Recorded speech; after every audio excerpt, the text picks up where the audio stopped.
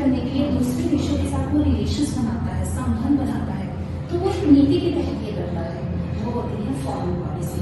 और अगर हम अपने भारत का इतिहास उठाएं तो हमारे नेता जवाहरलाल नेहरू, उन्होंने हमारे देश के बारे में बहुत चर्चा थी। हमारे फर्स्ट फॉरेन मिनिस्टर थे जवाहरलाल नेहरू। जवाहरलाल नेहरू ने पहली विदेश नीति बनाई थी, जिसको उनका मेन मोटिव ये था, क्योंकि हमारा भारत उस समय बहुत चर्चा हालत में था, हम गुलाम थे, हमारा हिंदुस्तान दो भागों में बढ़ चुका था, पाकिस्तान, और फर्स्ट और सेकेंड वर्ल्ड वॉर की मार से भी थपेड़े खा चुका था, दो आक्रमण, तीन आक्रमण, चीन का, पाकिस्तान का, तो इतनी जर्जर हालत हो चुकी थी कि भारत की इकोनॉमी को स्टैंड करने के लिए, भारत को फिर से बिल्ड करने के लिए जवाहरलाल नेहरू ने विदेश नीति बनाई। विदेश नीति का मतलब था कि विदेशों के साथ संबंध। और अगर मैं ये बात कहूँ और प्रूफ के साथ कहूँ तो आज अगर हम मुड़कर देखते हैं वहां से यहाँ तक का सफर, तो आज कोई भी ऐसी एमएनसीज नहीं है, कोई भी मल्टीनेशनल कंपनी नहीं है जो भारत में अपना ब्रांड ना लेके आना चाहती हो, भारत के रिलेशंस ना बनाना चाहती हो, भारत की फॉरेन पॉलिसी को सेट ना करना चाहती हो, ऐसी कोई भी कंट्री नहीं है। सब भारत के साथ रिलेशंस बनाना चाहते हैं, और ये रिलेशंस तभी पॉसिबल हो पाए जब जवाहरलाल नेहरू ने इस नीति को शुरू किया था, जिसे हम कहते हैं फॉरेन पॉलिसी, विदेश नीति। और एक्चुअल डेफिनेशन अगर हम बच्चे पढ़ते हैं और हमें एग्जाम भी लिखनी है, तो एक देश का दूसरे देशों के साथ रिलेशंस बनाना आर्थिक रूप से, सांस्कृतिक रूप से, सभ्यता के रूप में, और एक दूसरे के साथ कॉपरेट होकर मिलकर आगे चलना, उसे ही बोलते हैं हम, वहां ये बनती है फॉरेन पॉलिसी। जब जवाहरलाल नेहरू ने फॉरेन पॉलिसी बनाई थी तो उनका पहला ही मोटिव था गुट निरपेक्ष का।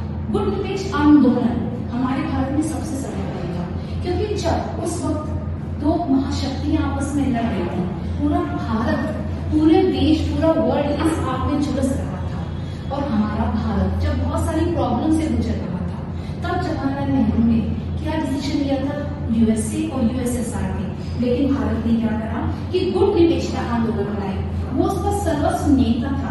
किसी भी सारी कंट्रीज में जो कंट्रीज ना तो यूएसएसए में जाना चाहती थी, ना यूएसएसआर में जाना चाहती थी, वो गुट निरपेक्ष ग्रुप में आ गई। हमारी विदेश नीति का सबसे पहला बिट जो हम कहते हैं, तो वो पिलर था हमारा गुट निरपेक्ष नीति,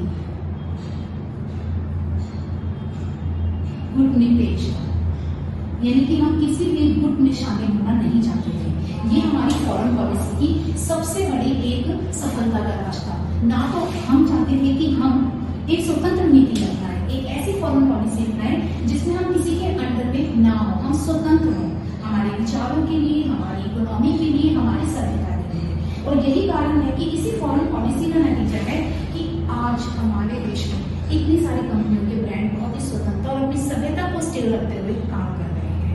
आज हमारा भारत एक मतलब कि उसमें निकलकर सारे देश के साथ जुड़ा हुआ है। और हमारे जवाहरलाल नेहरू ने गुट निरपेक्षता रखी, ना तो वो यूएसए के साथ था, ना यूएसएसआर के साथ था, लेकिन भारत ने ये कहा कि हमारी विदेश नीति का बेस यही है कि हम अपनी स्वतंत्रता को पहले रखेंगे, हमारी सभ्यता, हमारी संस्कृति, हमारी सभ्यता और हमारी नीति। इसलिए उनका दूसरा यही था शांति। हम शांतिपूर्ण तरीके से, पीस के साथ, सारे देशों के साथ शांतिपूर्ण तरीके से सभी देशों के साथ रिलेशंस बनाएंगे। ये हमारे गुट निरपेक्षता के सॉलिड पिलर थे, विदेश नीति। इसीलिए हमारे भारत में आज भी अगर हम सारी कंट्रीज के साथ रिलेशंस बनाते हैं, वहाँ विदेश नीति सर्वोपरि है। विदेश नीति का मुद्दा भारत ने अपने इतिहास को देखकर रखा। हम 200 साल तक अंग्रेजों के गुलाम थे, हमने गुलामी को चखा था, हमने युद्ध को झेला था, हमने गुलामी के साथ साथ पाकिस्तान के युद्ध को झेला, हमने अपने भारत के विभाजन को झेला।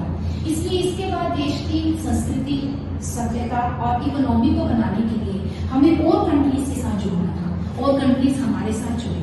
धीरे धीरे हमारे भारत ने आगे बढ़ना शुरू किया और बिल्ड हो गई। इस तरह से हमें गुट निरपेक्षता, और दूसरा जो मेन आता है शांतिपूर्ण तरीके से।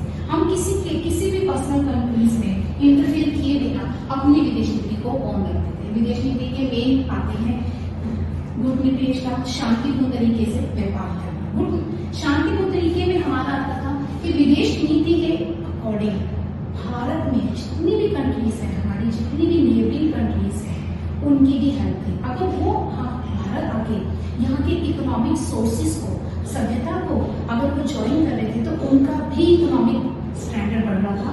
और भारत, आज मैंने आपको सिर्फ विदेश नीति के दो ही बताए हैं, गुट निरपेक्षता और शांतिपूर्ण दिन।